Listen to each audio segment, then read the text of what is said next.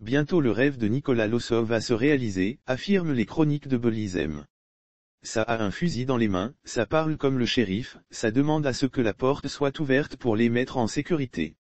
Ce n'est pas un remake de l'histoire, Le Loup et les 7 chevreaux, mais une journée normale de tuerie en masse aux États-Unis.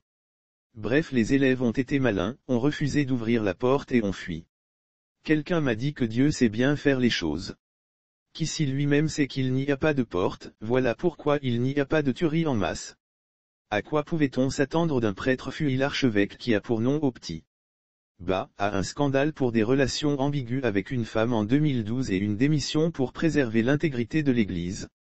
C'est trop gros, oui. Mais en même temps, c'est un peu comme tous ces gens qui racontent être tombés enceintes par accident. Publicité au pays désormais, en plus des affiches pour la promotion des groupes de sexe, il y a celle des promotions pour aller manger viande de chien. Même si vous n'en mangez pas, vous serez au moins d'accord sur la compétence du graphiste. Les plus jeunes ne se souviendront pas des Fouini Story à l'époque que la Fouine sortait en préparation de son album. Allez checker sur internet. Tout ça pour dire que nous avions besoin de Miss Story dans ce pays pour suivre au jour le jour les aventures extraordinaires de nos Miss de cette année. Koh-Lanta et autres téléréalités ne sont rien devant Miss Togo. Mais, c'est quand des gars au nom de chiens de compagnie vont vouloir se moquer de nous qu'on va les dresser. De toutes les façons, le pays manque de distraction. Autrement qu'au pays, le sang. N'en déplaise aux Jehovah Witnesses de cette page. Le nombre de vies qu'on peut sauver en donnant du sang est impressionnant. C'est fou la réflexion des gens, quand on leur dit qu'il y a pénurie et qu'on leur demande ensuite d'en donner pour constituer un stock.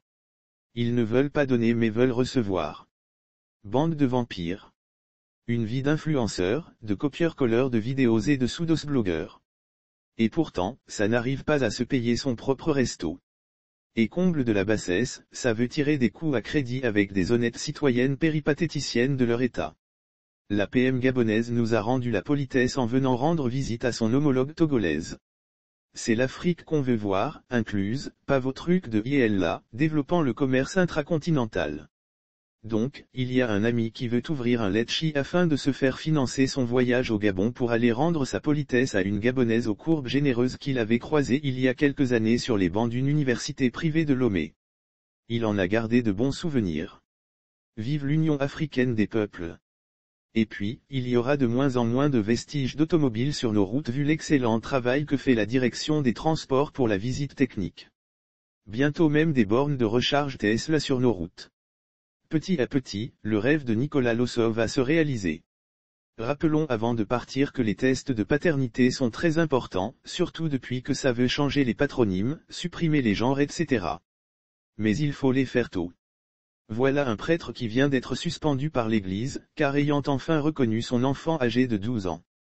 Comme quoi.